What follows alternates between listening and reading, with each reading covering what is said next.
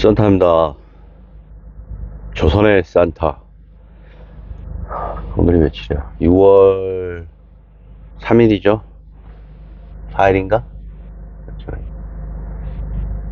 6월 4일. 오, 벌써 4일이야. 수요일이고요. 0616분. 자, 어느덧 혼란의 전국이 이제 수습, 뭐 완전히 끝난 건 아니지만 좌우가 소란스럽고 서로 간을 막 공방하는 시기를 떠나서 당선인이 그래, 그 리더라는 게 그런 것 같아. 양층을 통합하고 보듬을 줄 아는 그런 큰 마음. 뭐 여러 가지 공약이 있고, 뭐 AI에 투자한다, 뭐 여가부를 확대하고 기재부를 정리한다, 뭐 이런 얘기들이 좀 있었지만, 내가 들어보는 그 당선인의 공약 중에 눈에 들어오는 거는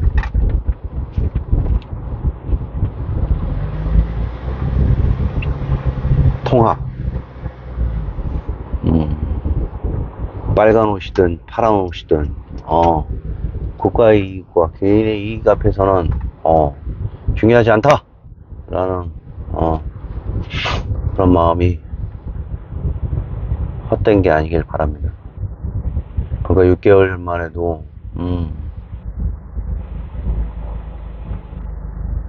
대한민국의 민도, 국가의 격이 있는 이런 곳에서 그런 상상하지도 못하는 일이 발생했다는 것에 대해서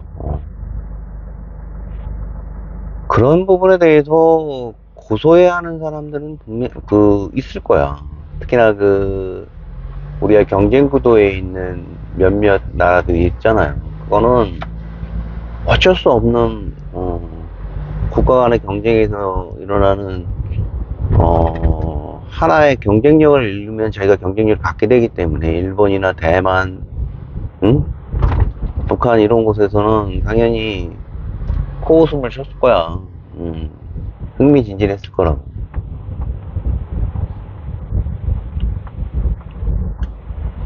쿠바라는 나라가 있잖아요. 하바나, 뭐 이런 미국에 있는 플로리다하고 미국에 있는 거대한 제국의 바로 밑에 146km 정도 떨어진 섬. 거의 뭐 미국의, 그들이 스페인 시절부터 수백여 년간 제국의 어떤 월렛, 돈지가 일종의 그들의 뭐 사탕수수라든가, 그죠? 뭐 담배, 제국에게 필요한 아주 단촐한 제품을 제공을 하잖아요. 금주법이 시행됐던 시대에는 럼주를 말이죠, 플로리다 앞바다에다가 드럼통에다 뿌려서 그걸 그들에게 제공하는 어떤 국가 이전에 참 안타까운. 근데 이제 그런 나라에서조차도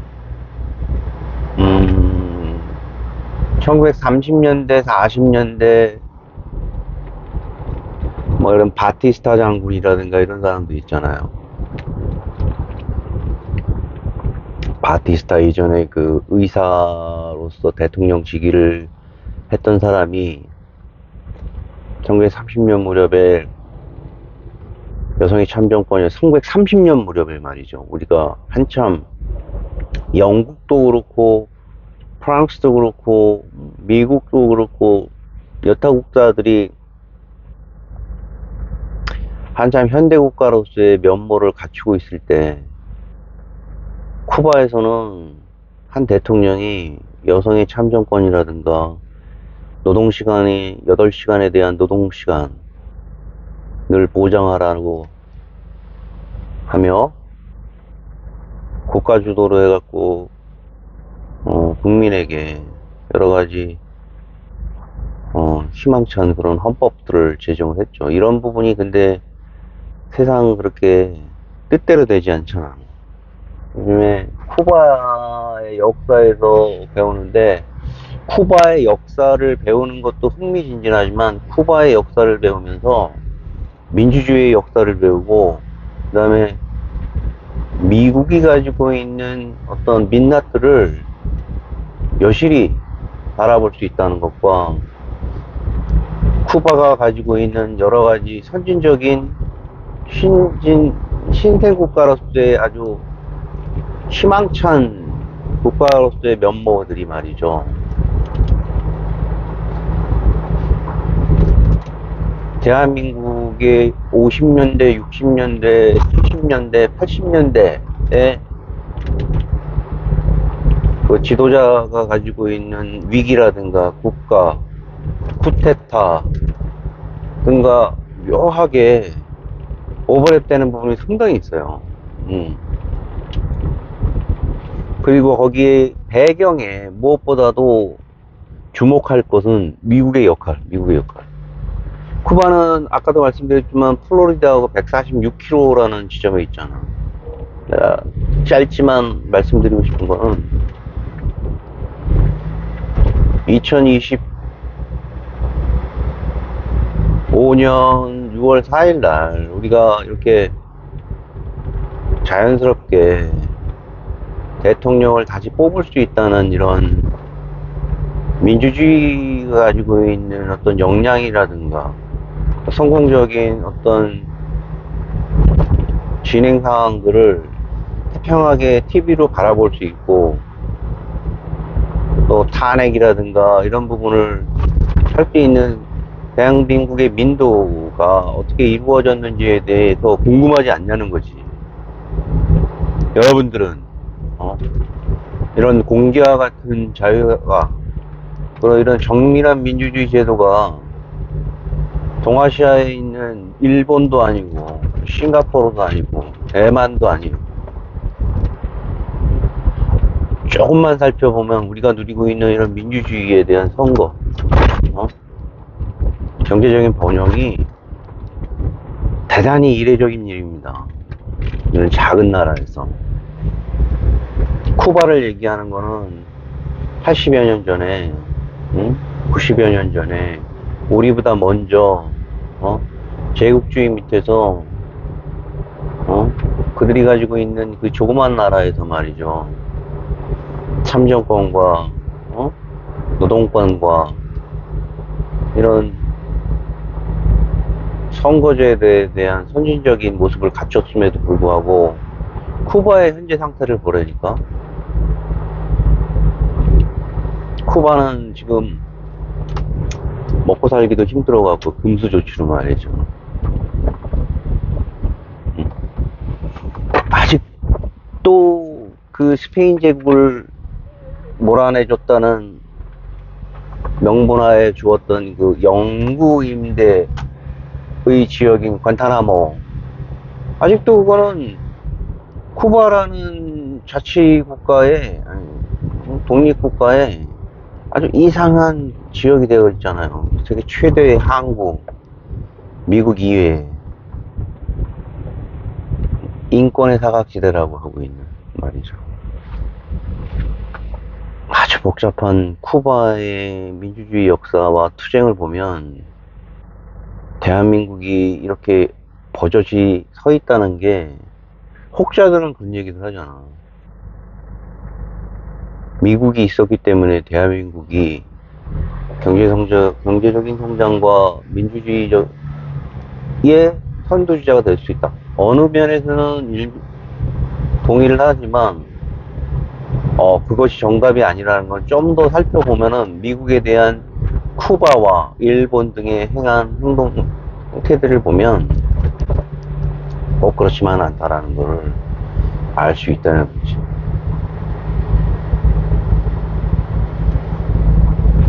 빅프루시라는 거대한 농업 글로벌 기업이 있잖아요. 빅프로.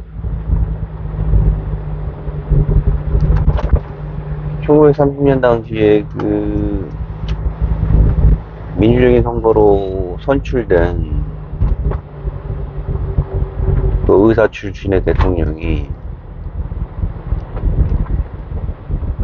그런 헌법과 그 대통령 공약을 내놓고 시행을 하기에 앞서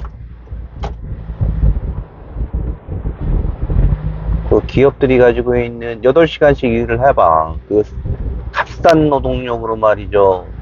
그 당시 상당히 경쟁력이 있었던 그 설탕을 미국 쪽에다 제공을 해주던 그곳에서 값이 가격이 급상승할 거 아니야. 노동자에 대한 어떤 가치가 존중되면 미국은 그들이 제3세계나 이웃 국가들에게 보여줬던 아름다운 제스처를 갑자기 싹 바꾸게 된다는 사실을 알게 됐어요.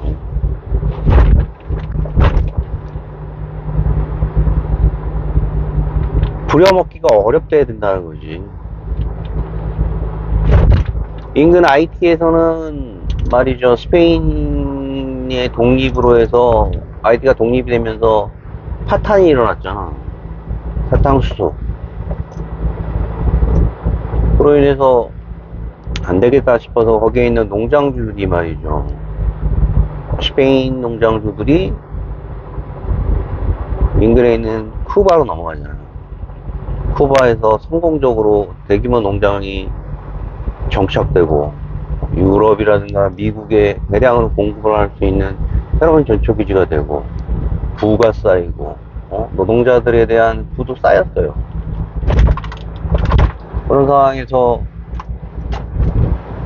갑자기 어떤 그 제국의 지도자들이 노동자를 보호하기 위한 조치를 취했다고 했을 때 미국은 당연코 우려를 표한다라고 딱 한마디 한 거야.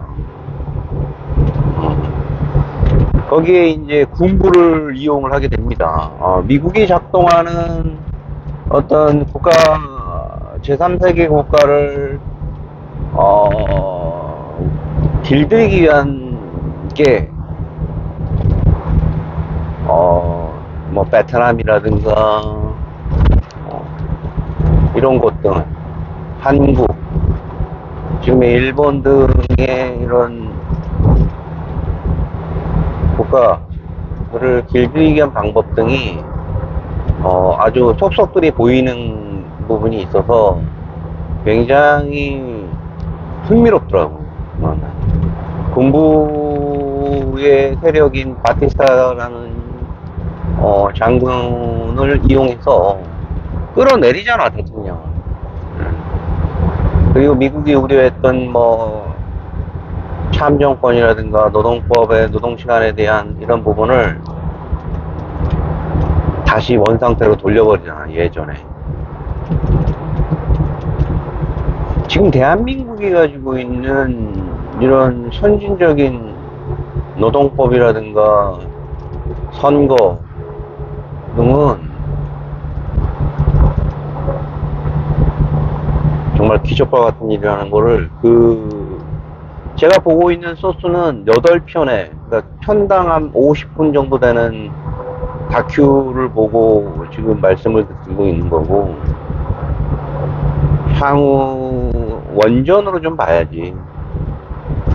쿠바에 대한 혁명을 번역한 국내 시판된 책이 있다고 촘스키라는 분이 예전에 썼던 건데 2014년에 번역해서 나온 건데 쿠바의 역사라는 건데 그 책을 구매를 했어요. 한 10시간 정도 되는 8시간 9시간 정도 되는 이제 다큐를 보면서 와 소름 끼치더라고. 결론은 그거야. 이제 와서 결론을 말씀드릴게요. 예전에 돌아가신 정주영 회장이라는 현대그룹의 창업주가 계시잖아요. 지금 돌아가신. 그분이 뭐 일본의 산업, 대한민국의 그 어떤 근대화, 일본의 유신에 가까운 그런 부분을 박정희라는 지도자와 협력해서 다양한 국가의 먹거리를 일으켜 세웠다는 부분, 그리고 반면에 재벌이 보여준 어떤 극단적인 노동법을 무시하면서 국가를 일궈낸 거잖아요. 아쉽죠. 하지만 그는 역량 있는 경영인이었어. 79년도에 무렵에 88년도 올림픽에 대한 그 서울의 개최지를 신청했어요. IOC 쪽에. 80년, 81년 무렵에 진행되는 올림픽에 대한 유치를 본격적으로 해야 되는 상황에서 아시다시피 19년 11.6 사태로 인한 유고로 인해서 국가가 상당히 절체절명의 위기에 있었고, 전두환이라는 군부 독재 쿠바의 바티스타 같은 사람이 장군이 됨으로써, 국가 지도가 됨으로써 미국이 우려하는 공산 세력에 대한 저지를 공약하고, 국내에 있는 물가로 인해서 국민들이 우려하는 경제적인 먹거리에 대한 부분을 일소에 해소하고, 다만 자신이 집권하는 데 있어서의 군부정권 민주 세력을 어떻게 보면은 무시하고, 민주 세력에 대한 내용들을 일거에 그냥 소탕해버리잖아. 김영삼, 김대중, 김종필 등의 전통적인 민주 진영들을 아예 일거에 해소시켜버리잖아. 누구는 미국 가버리고, 누구는 야당 지도로서 생활을 하게 되잖아요. 아주 혹독한 민주화, 황폐화 시절이 됐다고 하던데, 그때가 저도 초등학교, 중학교 무렵인데,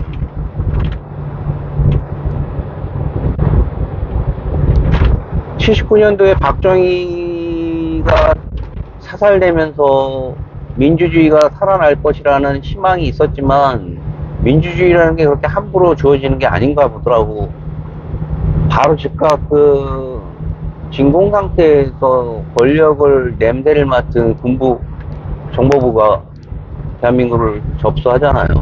그만큼 쿠바와 같이 우리나라도 미국이 부리는 일종의 한반도 그 공산 커미티에 대한 이런 바리케이트 역할 정도뿐이 안 됐을 거야. 미국의 역할은, 미국이 생각하는 한국의 역할은 거기 이상도 아니야. 그들이 중요한 거는 일본이 무너지지 않는 거지. 일본이 무너지면 태평양을 넘어버리잖아, 공산 세력이. 하나의 그냥 바리케이트 정도로 생각한 대한민국이 말이죠, 갑자기 그 정도의 역할만 생각을 하고 있었는데, 우리는 이제 민주주의에 대한 열망이 아주 그냥, 대통령을 뽑는데 간선제였잖아. 장충동 체육관에 모여서 조용히 그 몇백 명 되는 사람들이 투표로 해서 뽑아버리잖아, 대통령을.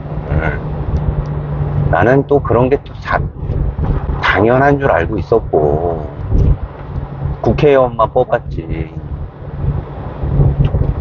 척박하잖아요.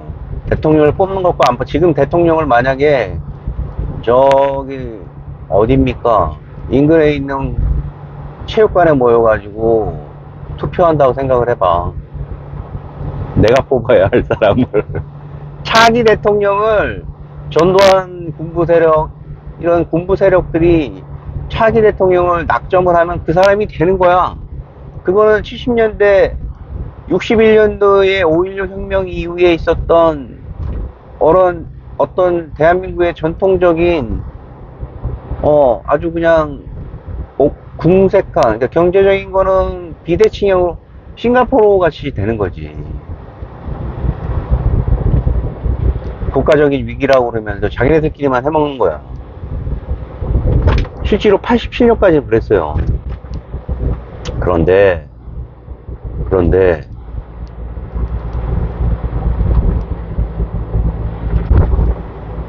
난 지금도 기억나. 한희 선생님이라는 생물 선생님이 87년도 나 중3 때 연합고사를 한참 공부하기 위해서 이렇게 있는데 오늘 중3 때는 2학기 정도 2학기를 넘어서 2학기 정도 되면 이제 그때부터는 그 연합고사 시험 공부만 하는 거예요. 그 시간에는 그냥 자유시간에 자유시간 시험이에요. 근데 얼굴이 팅팅팅 부어서 오셨어 그분이. 그래서 듣자 하니까 두드러 맞았대나 막 아무튼 그래. 그 어린 나이인데도 귀가 밝어. 막 쑥덕쑥덕 때리시더라고. 앞자리에 있었는데 들리더라고. 괜찮으세요? 뭐 이러면서. 그 사태가 바로 그 87 체제가 우리가 까딱 잘못하면은 직선제를 할 수가 없는 사태로 갈 수도 있었어요. 그때 노태우 대통령, 김대중, 김영삼, 전두환이 말 한마디만 하면 또다시 80년 광주 사태와 같은 일이 벌어질 뻔했다는 얘기야. 위수령을 선포하고, 부분적인 그때 비상계엄이 선포될 뻔했다는 얘기지. 근데 미국이라는 곳에서 사인을 준 거야. 응? 84년, 80년도에 말이죠. 모스크바와 LA 올림픽이 반쪽짜리 올림픽이 된 상태잖아. 양 진영의 아주 냉전 체제의 최고의 갈등 시기였던 그 시기에 양 체제가 이제 레이건 그리고 미국에 있는 고르바초프, 러시아에 있는 고르바초프가 말이죠. 소련 신대탕트 시대로 진입하기 위해서 88년 올림픽을 새롭게 스포츠로서 그 8년 동안 서로 반쪽짜리 올림픽을 말이죠. 였던 것을 동아시아에 있는 조그만 국가에서 말이죠.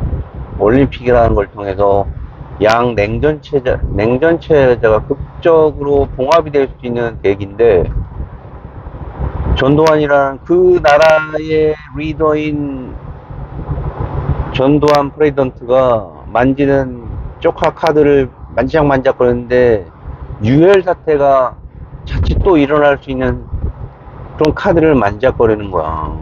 미국에 있는 조야와 그리고 현지에 있는 대사관 및 미국 간첩들은 긴급 타진하는 거야. 이거 조만간 일이 날 것 같다. 대통령 직선제에 대한 국민들의 요구가 큰데, 전두환 이후 퇴임 이후에 자신의 신변 보호를 위해서 절대로 자기가 간선제에 대한 희망을 놓치지 않을 것 같다라면서 계속 얘기를 하는 거야.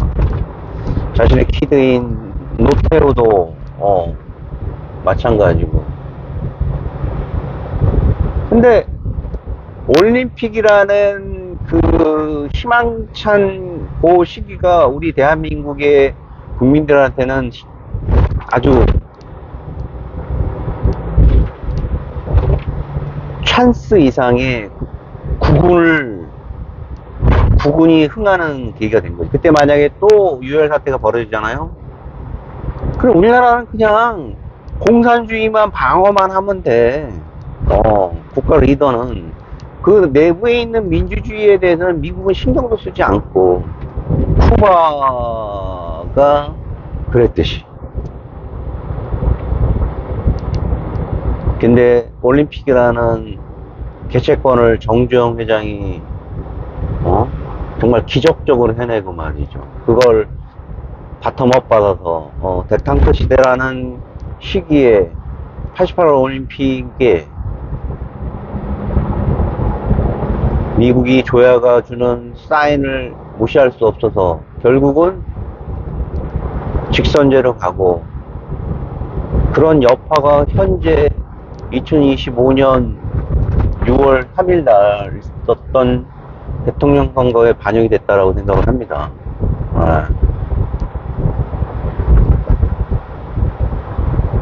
쿠바를 바라보면서 대한민국 역사가 바라보이고, 미국이 가지고 있는 우리의 이유 없는 어떤 짝사랑도 상당히 우리의 국익에 맞게 생각을 해야 된다는 것을 명확하게 알게 된 거. 우리는 미국이 2001년도인가요? 2001년도인가 9.11 사태 때 정말 두려웠어. 수천 킬로 떨어진 동아시아에 있는 동맹국이라는 이유로 해서, 그리고 내가 배워왔던 미국에 대한 어떤 거대한 빅브라더가 갑자기 한복판에서 테러로 해서 너무나 두려웠어. 나도 교육을 잘못 받았다는 거지. 자, 윤석열 대통령도 윤석열 대통령이 저지른 형사상, 또 그의 부인이 겪은 내용들에 대한 적법한 절차로, 법적인 절차로 인해서 그런 부분이 일결이 되고, 양지정이 합의가 된다고 해도 그런 부분에 대한 거는 복귀가 되지 않으면 역사는 다시 그걸 소환해서 또 일으킬 수 있다는 얘기잖아요. 대통합과 그거는 별도라는 얘기지. 헛헛하다라는 말이 있어. 헛헛하다.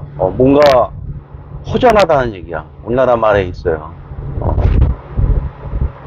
대선이라는 우리 국민이 가지고 있는 대선을 우리가 채웠단 말이야. 민주주의의 진공 상태에서 대선을 통해서 새로운 대통령을 채웠지만 뭔가 헛헛해. 왜냐면 여전히 채워져야 되는 빈 공간들이 있잖아. 무슨 얘기인지 아시죠? 이상입니다. 오랜만에 말씀드렸고 좀 길게 얘기했는데 이런 부분이 요즘에 제가 가지고 있는 대한민국과, 그리고 그 이전에 이런 선진적인 생각을 가지고 헌법을 만들고 했던 그들이 어떤 구분이라는 안타까움 속에서 아직도 미국과 대치 상황 속에서 가난에 쪄들고 있는 쿠바를 생각하면 안타깝다는 생각을 좀 합니다. 이상입니다. 짠타였습니다.